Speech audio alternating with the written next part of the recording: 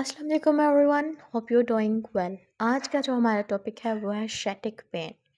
Sciatic pen जो है वो ऑलमोस्ट एक नर्व पाथवे के अलोंग ट्रैवल करती है और यूजुअली लोअर बैक से हमारे बुटक से होते हुए बैक ऑफ द थाई और काफ में जाती है। वेरी करती है माइल्ड एज से शार्प बर्निंग पेन की तरफ, और ऐसे फील होती है जैसे कोई जॉल्ट और इलेक्ट्रिक शॉक लगाओ। और ये वर्स होती है ड्यूरिंग कफिंग और स्नीजिंग और सिटिंग, जब हम लॉन्ग आवर सिट बैठते हैं। ठीक है। अब यूजुअली शैटिका जो है वो अफेक्ट करती है only one side of the body, but in some cases ये बोथ लेग्स में भी जो है ना वो ट्रैवल करती है। कुछ लोगों में नमनेस होती है, टिंगलिंग होती है और मस्कुलर वीकनेस होती है टांग के अंदर और पाँव के अंदर, और पेन जो है वो एक टांग में जाती है वाइल जो अनदर पार्ट है फील होती है। अब इसके कॉजेज़ की बात करते हैं कि शैटिका के कॉजेज़ क्या-क्या हैं। शैटिका मोस्टली तब होती है जब कोई नर्व पिंच्ड हो रही हो, ठीक है? ये मोस्टली ड्यू टू हो सकता है हर्निएटेड डिस्क हो स्पाइन में, और बोन की ओवरग्रोथ होने लग जाए, जिसे हम कहते हैं बोन स्पर्स। जब बोन स्पर्स बनना स्टार्ट हो जाते हैं स्पाइनल बोन्स के अंदर, और वो जब नर्व को इम्पिंच करते हैं, उसकी वजह से नर्व के ऊपर कंप्रेशन आता है और पेन जो है वो ट्रैवल करती है हमारी स्पाइन से टाँगों की तरफ, ठीक है? और ये मोस्टली डायबिटीज़ में भी हो सकता है। डायबिटीज़ जो है वो डैमेज कर सकती है नर्व को, ठीक है? डायबिटीज़ में भी ये हो सकता है। अब इसके हमने रिस्क फैक्टर्स देखने हैं कि रिस्क फैक्टर्स क्या-क्या हैं।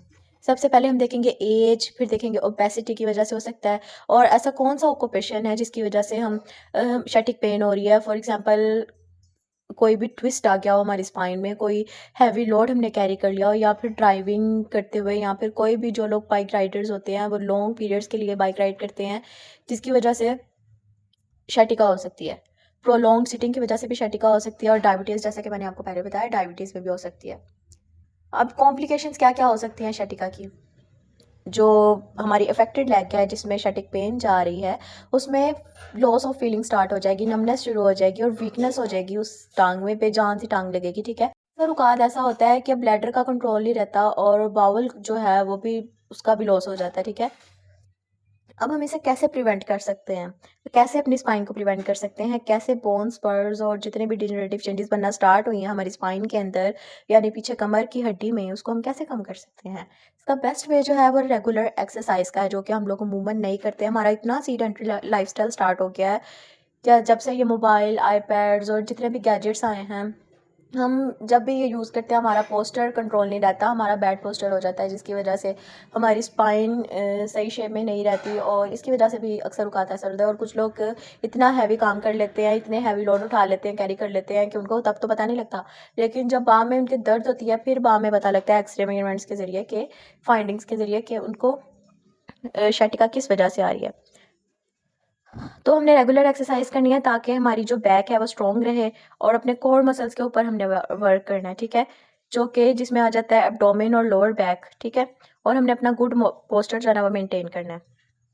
अब गुड पोस्चर कैसे मेंटेन रखा जाए जब हम बैठे हैं?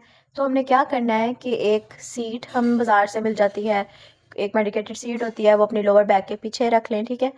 और उससे जो है हमारी स्पाइन स्ट्रेट हो जाएगी, और प्रॉपर अलाइनमेंट में, स्ट्रेट नहीं कह सकते, प्रॉपर अलाइनमेंट में हमारी स्पाइन आ जाएगी, ठीक है? और नीज़ और हिप को जो है ना वो लेवल में रखना है। अब हमने जब खड़े होना है तो कैसे खड़े होना है कि हमारा प्रॉपर वेट जो है वो बैलेंस हो जाए दोनों टांगों पे।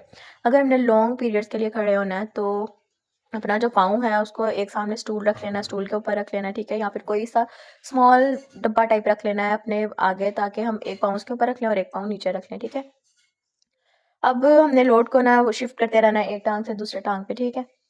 और फिर ऐसे एक्सरसाइजेज और स्ट्रेचेस आते हैं शटिका को कम करने के लिए, जिसमें आ जाता है पिरिफॉर्मिस का स्ट्रेच।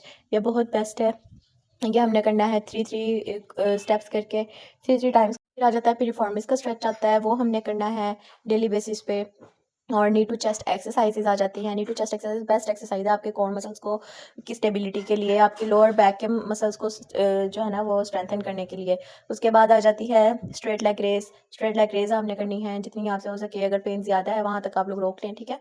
और फिर इसमें ट्रैक्शन आ जाती है। अगर कोई दूसरा बंदा हमारी हेल्प करने के लिए नहीं है तो हम खुद से भी ट्रैक्शन दे सकते हैं, उल्टा लेटकर अपने पेट के नीचे वो पिलो रखकर, और अपना सारा जो वेट है वो हमने शिफ्ट कर देना है अपने बाजुओं में, और ढीला छोड़ देना बाजुओं को। तो इससे भी ट्रैक्शन आती है। या फिर सीधा लेट कर भी ट्रैक्शन दी जा सकती है, वो ऐसे कि हम लोगों ने अपनी नीज़ को 90 डिग्री पे बेंड करना है और अपने हिप्स को भी 90 डिग्री पे बेंड करना है और उसके नीचे हमने कोई से भी 3-4 कुशन प्लेस करते हैं। इस तरह भी लंबर में जो है ना वो ट्रैक्शन आती है। ऑन द अदर हैंड अगर आप लोगों ने मोडालिटीज़ यूज़ करने हैं तो उसमें ज़्यादा टेंस जो कि मेरी पहली वीडियो है वो आप लोग मेरे चैनल पर जाकर देख सकते हैं, फिजियो हर्ट 1793 पे। और उसमें बताया गया है कि टेंस कैसे यूज़ करते हैं, जो कि इलेक्ट्रिकल स्टिमुलेटर है जो नर्व को स्टिमुलेट करता है, पेन को कम करता है। उसके बाद आप लोग हॉट पैक इस्तेमाल कर सकते हैं 15 से 20 मिनट के लिए पेन को रिड्यूस करने के लिए, और अपने मसल्स को सॉफ्ट कर सकते हैं बाय डूइंग डिफरेंट एक्सरसाइजेस। तो ये था आज का हमारा टॉपिक, शैटिका क्या है, कैसे होता है, इसके सिम्टम्स क्या है, कॉजेज क्या है और इसका ट्रीटमेंट प्लान क्या है।